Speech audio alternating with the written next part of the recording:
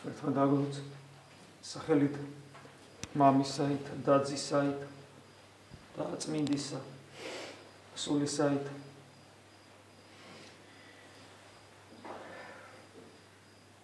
ღამემსახურებას თავისი განსაკუთრებული მადლი ახლავს. ბოლომდე ამის ლოგიკურად ახსნა შეუძლებელია. თუმცა საეკლესიო ტრადიცია დაწყებული პირველი საუკუნეებიდან სწორედ ღამემსახურებას იცნობს და უფლის მაგალითიც გვაქვს, მაგალითების გვაქვს მინდა წელის როცა იგი ღამეს ათენებდა ლოცვაში. პირველი ქრისტიანები ღამე ლოცულობდნენ, ამას თავის პრაქტიკული დანიშნულებაც ჰქონდა, იმიტომ რომ დევნა იყო ქრისტიანების და კატაკომბებში ძირითადად აღმომობით იკრიბებოდნენ. თუმცა არა მხოლოდ პრაქტიკული დანიშნულების გამო, ვფიქრობთ, იმიტომ რომ ჯერ კიდევ როგორც გითხარით, უფალი ძლეოდა ამის მაგალითს და პირველივე ქრისტიანები ხვდებოდნენ თავისი გამოცდილებით, რომ ღამე ლოცვას განსაკუთრებული მადლი ახლავს. ჩვენ ვიცით, რომ მონასტრებშიც ესია ცისკრის მსახურებანი ღამე ტარდება და წირვას გამთენიისას. ასევე არსებობს ღამის თევის პრაქტიკა გონიერი ლოცვით. და ამის უმთავრესი მიზეზი არის არა უბრალოდ, რა თქმა უნდა, ესეც არის მყუდროება, ღამის მყუდროება, გარკვეული ღვაწლი და სერიოზული ღვაწლიც კაცმა რო თქვას, იმიტომ რომ ამ დროს ადამიანი თავის ფიზიოლოგიას ებრძვის. ეს მართლაც რომ მარხვა ძილისა და რომელიც გაცილებით რთულია ვიდრე მარხვა საკვებისა. და ეს ყველაფერი ეგრეა, მაგრამ არის უმთავრესი მიზეზი, რომელზეც ჩვენ ხშირად გვისაუბრია. ეს არის მიზეზი იმისა, რომ საერთოდ ქრისტიანული ცხოვრება ეს არის ადამიანის შიდა ცხოვრება. ჩვენ მიდრეკილი ვართ, ყველაფერი გავაფუჭებთ და ჩვენ სამწუხაროდ ის საოცრება, რაც მოგვიტანა, საუკუნეები გამოატარეს წმინდა მამებმა და მოგვიტანეს დღემდე, ანუ ეკლესიის ტრადიცია, ეს წესები, კანონები, წესჩვეულებები, ეს მსახურებანი, ეს მართლაც საოცრება, ჩვენ სამწუხაროდ ძალიან ხშირად ამ ყველაფერს ვაკნინებთ იმით, რომ მას არ სვართმევთ და მხოლოდ გარეგანს ვიტოვებთ. სინამდვილეში ამ ყველაფერს ღირებულება იმაში მდგომარეობს, რომ მას თავისი ღრმა არსი გააჩნია. მეცაც ვიტყვით, ფორმა არ შექმნილა ესე თავისთავად, მოდი ესე გავაკეთოთ. არსმა შექმნა ის ფორმა, რომელსაც ჩვენ დღეს ღვთისმსახურებაში ვხედავთ. და ქრისტიანული ცხოვრება სწორედ შინაგანი ცხოვრებაა. და ღამემსახურება, როცა მზის სინათლე არ არის, ის გვეხმარება, რომ სწორედ ღამემსახურების, ლიტურგიული მსახურების დროს თუ ინდივიდუალური პირადი ლოცვის დროს საკუთარ თავში მეტად ჩავღმავდეთ, რომელშიც ხელს გვიშლის ეს სამყარო და მათ შორის მზის სინათლეც კი საკუთარ თავში ჩავღმავდეთ და სწორედ შიდა ცხოვრებით შევძლოთ ცხოვრება ის რამდენიმე საათი, რომელსაც ჩვენ უფალს ვწირავთ ღამემსახურებისას.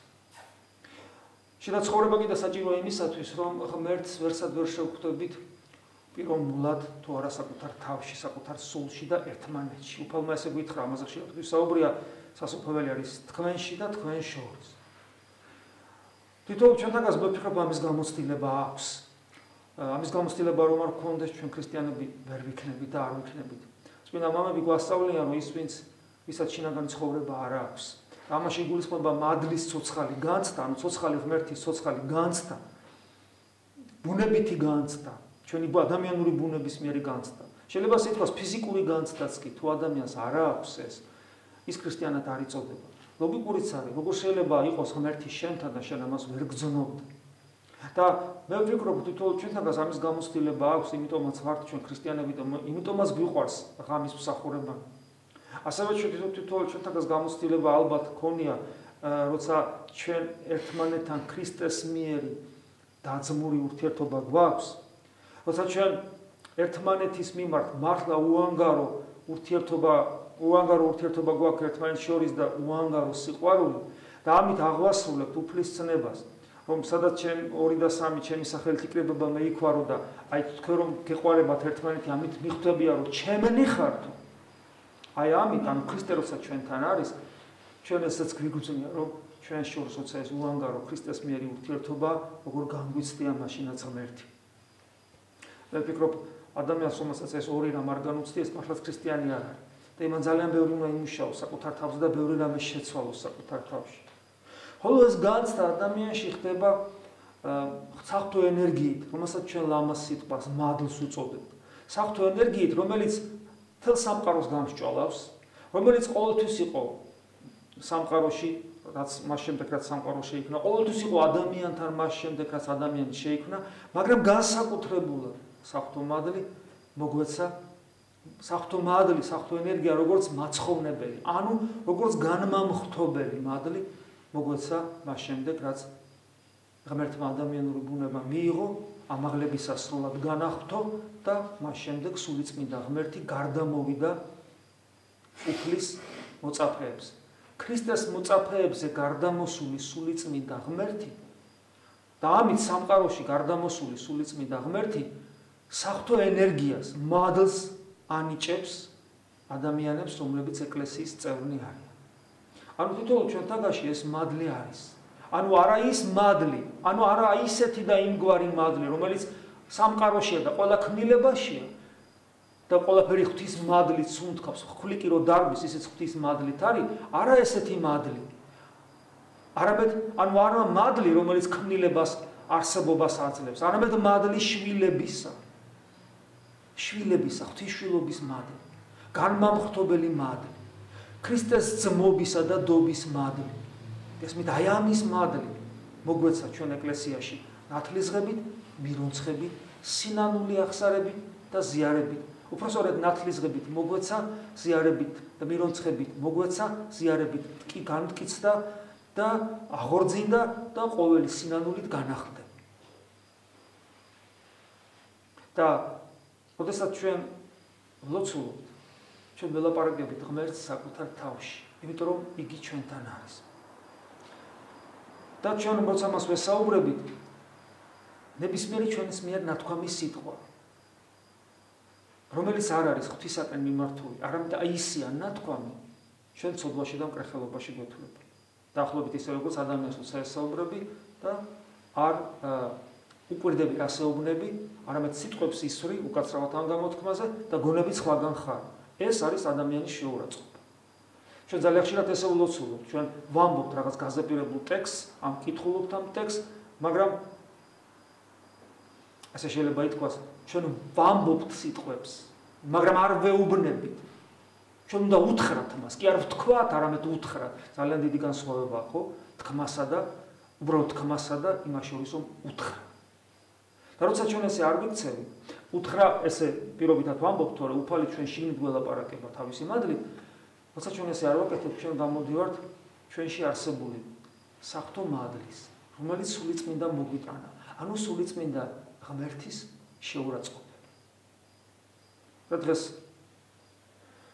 გახსოვთ დღევანდელ სახარებაში აღმოკითხული სიტყვები, ყველაფერი მიეტევება ადამიანს გარდა სულიწმინდის გმობის. სულიწმინდის გმობა არის ის, როდესაც შენში არსებულ სულიწმინდა ღმერთის მიერ მოცემულ მადლს უგულებელს ყოფ. სულიწმინდის გმობა არის ის, როცა ღმერთის განგებულება აშკარად ჩანს თვალწინ და შენ მას უარყოფ. და შეურაცხყოფ შენი გულგრილი, გულარხიანი დამოკიდებულებით ღვთის მიმართ, განსაკუთრებულად ლოცვაში. ამიტომაც ამბობს წმინდა სვიმონ ახალი ღვთისმეტყველი, რომ იმაზედი ცოდვა არ არის თუ არა გულგრილი, თავხედური, უგზალველი მსახურება ღვთის წინაშე. როგორც პირადი ინდივიდუალური, ასევე ლიტურგიკული და განსაკუთრებული წირვის მსახურება. და ვაი ჩვენ სასულიერო პირებს, როდესაც შიშის გარეშე მსახურობთ საკუთრებაში. ამიტომ ვეცადოთ, რომ გავითვალისწინოთ უფლის ეს სიტყვები, რომ არ მიეტევება სულიწმინდის გმობელს. რატომ არ მიეტევება სულიწმინდის გმობელს? და თუ შეინანა მიეტევება, მაგრამ სულიწმინდის გმობა არის ცოდვა, როდესაც საბოლოო ჯამში ადამიანი მას არ შეინანებს. ანუ მისი მდგომარეობა ისეთი, მისი რელიგიურობა ისეთი, ამ შემთხვევაში მორწმუნე ადამიანებზე ვსაუბრობთ. თორე ურწმუნო თავისთავად გმობელია სულიწმინდის. მორწმუნე ადამიანებზე ვსაუბრობთ, მორწმუნე ადამიანის მდგომარეობა ისეთი, რომ ის არასოდეს არ შეინანებს იმას, რომ მას ჰქონდა უკრძალველი შიშის გარეშე დამოკიდებულება ცოცხალი ღმერთის წინაშე, რომელიც მასში იყო დამოკიდებული თავისი ხელთუქმნელი ენერგიებით, რომელიც სულიწმინდა ღმერთმა მოგვიტანა. ყოველი სიტყვა, ნათქვამი ღვთის წინაშე, ღვთის მიმართ არის ძალიან ძვირფასი, მაგრამ ამავე დროს ძალიან საპასუხისმგებელი. ამიტომ სულ ყოველთვის ვამბობთ, რომ ლოცვას მიაქციოთ ყურადღება, მივაქციოთ ლოცვას ყურადღება.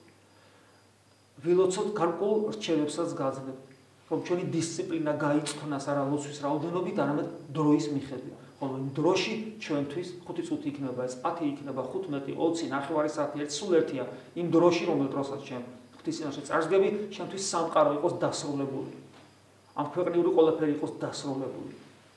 იმ 5 წუთში, იმ 10 წუთში, იმ 15 წუთში და შენ ამას გამოყოფ იქიდან გამომდინარე, რომ იცი რომ ამ დროის განმავლობაში შენ შეგიძლია ღმერთს ეკუთვნოდე და საქმე არ გაგიფუჭდება და ეს პერიოდი ეკუთვნოდე ბოლომდე ღმერთს და მხოლოდ ერთი საზრუნავი გქონდეს, როგორმე ყოველი სიტყვა კი არ თქვა, არამედ უთხრა მას ცოცხალ ღმერთს.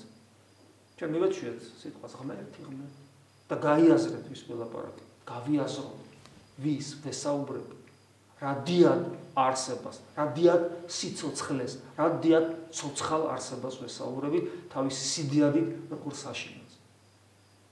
და როგორ თავდაბალს, როგორ მორჩილს, ვიდრე სიკვდილამდე, როგორც პავლე მოციქული ამბობს, რომ მოვიდა და ჩემნაირ უწმინდურ გულშიც კი არის. და მიუხედავად ჩემი უწმინდურობისა, მომცა საშუალება მემსახურა, მეწირა და კიდე მაბედინებს და რაღაცას ვლაპარაკო. აი ესეთ თავდაბალ, ესეთ მორჩილ ჩვენ მიერ ფეხქვეშ გათელი ღმერთზეა საუბარი, მაგრამ ამავე დროს ის არის სიდიადით საშინელი. და საბოლოო ჯამში ჩვენი მარადიული ხვედრი არის მის ხელში. მაგრამ მის ხელში არა როგორც სასტიკი მსაჯულის ხელში, არამედ მის ხელში როგორც უსრულყოფილესი სიყვარულის ხელში, რომელსაც თუ ვერ დავიტევთ, მასთან ჩვენ ვერ გავჩერდებით და წავწყდებით. ღმერთმა მოგცეს ძალა სწორი სულიერი ცხოვრებისა, ღმერთმა მოგცეს ძალა სიბრძნე სწორი ლოცვისა, ღმერთთან სწორი ურთიერთობისა. ღმერთმა მოგცეს ძალა სიბრძნე და გულისხმის ყოფა და სიფაქიზე ერთმანეთთან სწორი ურთიერთობისა. ქრისტე შეგვეწიოს ამ მადლი უფლისა ჩვენისა იესო ქრისტესი და სიყვარული ღმრთისა და მამისა და ზიარება სულისა წმინდისა იყოს თქვენ ყოველთა თან. Amen.